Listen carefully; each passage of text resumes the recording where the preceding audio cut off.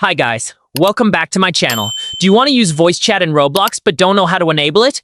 In this video, I will show you how to get voice chat on Roblox step by step, so make sure to watch till the end. Let's get started. Before enabling voice chat, make sure your age is * 13 or above. You have a valid ID for verification. You are using the latest Roblox version. Without age verification, voice chat will not work. First, open the Roblox website or app. Log into your account. Now, click on the settings gear icon ** at the top right.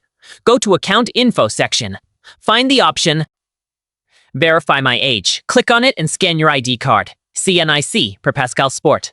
Follow the instructions on screen. After verification, your account will be age verified. Now go to Privacy Settings and click on Communication. Look for Enable Voice Chat. Turn it on. That's it. Voice chat is now enabled. Join a game that supports voice chat.